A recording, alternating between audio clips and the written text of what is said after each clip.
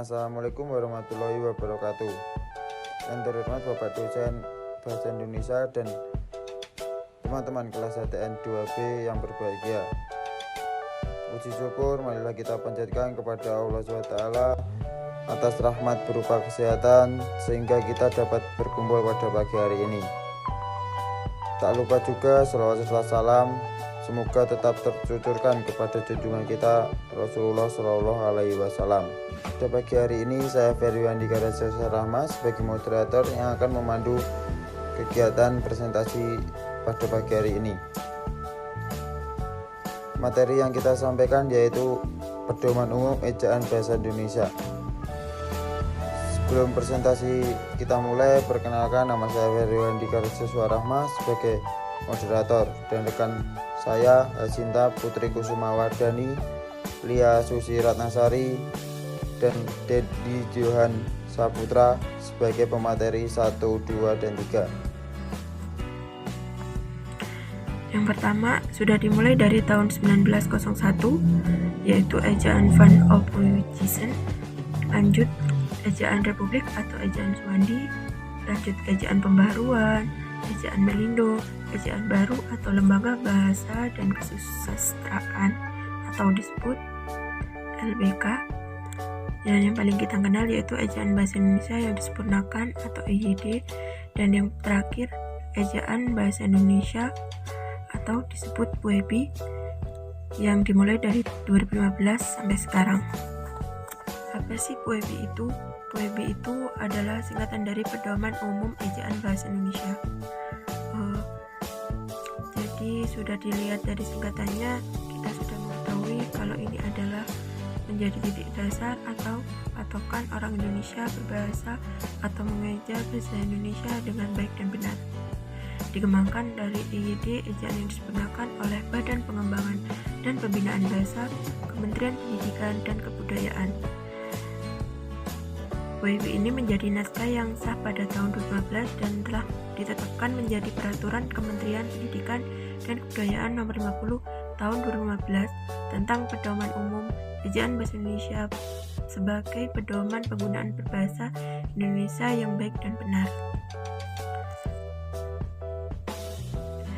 Jadi sudah disahkan oleh hukum. Jadi kalau kita menggunakan ejaan PUEB, kita sudah menggunakan bahasa Indonesia yang baik dan benar. Bedanya PUEB dengan EYD tidak terlalu signifikan, namun ada 3 perubahan yang cukup terlihat.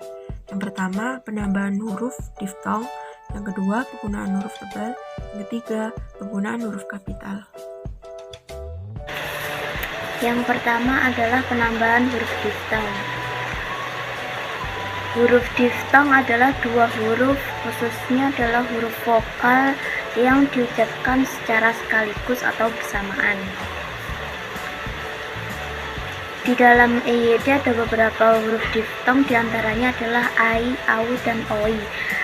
Sedangkan dalam PUEB ditambah dengan 1 huruf diftong yaitu ei, contohnya adalah survei dan lainnya. Penggunaan huruf tebal.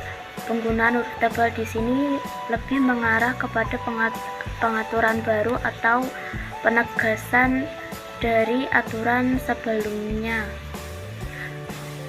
Penggunaan huruf tebal di PUEB ditetapkan untuk 2 hal, yakni untuk judul atau sub-sub pada teks dan untuk menegaskan pada sebuah tulisan atau istilah yang telah dimiringkan atau ditulis miring.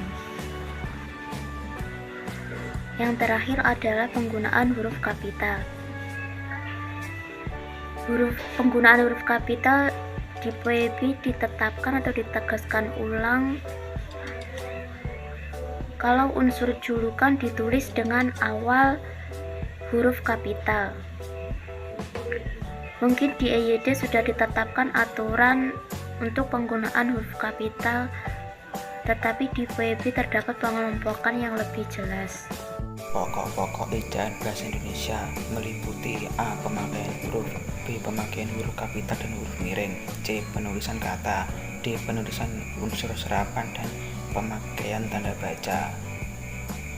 Pengertian serapan. Dalam perkembangannya, bahasa Indonesia menyerap unsur dari berbagai bahasa, baik dari bahasa daerah seperti bahasa Jawa, Sunda, dan Bali, maupun dari bahasa asing seperti bahasa Sanskerta, Arab, Portugis, Belanda, Cina, dan Inggris. Berdasarkan taraf integrasinya, unsur serapan dalam bahasa Indonesia dapat dipilah menjadi dua, yakni unsur serapan yang belum sepenuhnya terserap ke dalam bahasa Indonesia dan unsur serapan yang pelafalan dan penulisannya disesuaikan dengan kaidah bahasa Indonesia.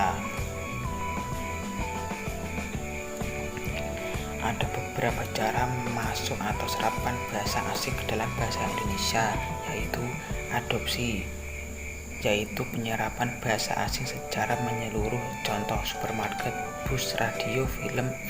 Adaptasi, yaitu penyerapan bahasa asing di mana ejaan dan cara penulisan disesuaikan dengan aturan bahasa Indonesia, contoh organisasi abstrak, diskon, foto.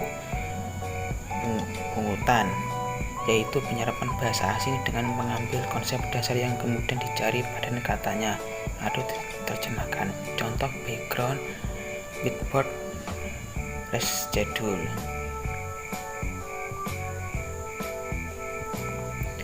Kata-kata serapan ini biasanya diambil dari berbagai bahasa, seperti diantaranya bahasa Inggris seperti book, buku, atau coffee, kopi. Bahasa Jawa kuno atau Sanskerta seperti duraka, durhaka, atau saya.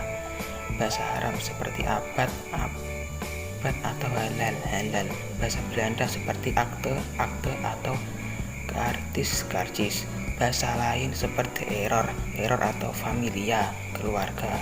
Bahasa Cina seperti cincau atau encing, tante. Bahasa Portugis seperti banco, bangku, atau armada.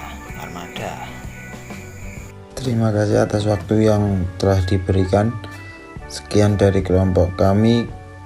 Apabila ada kurang lebihnya, kami mohon maaf. Wassalamualaikum warahmatullahi wabarakatuh.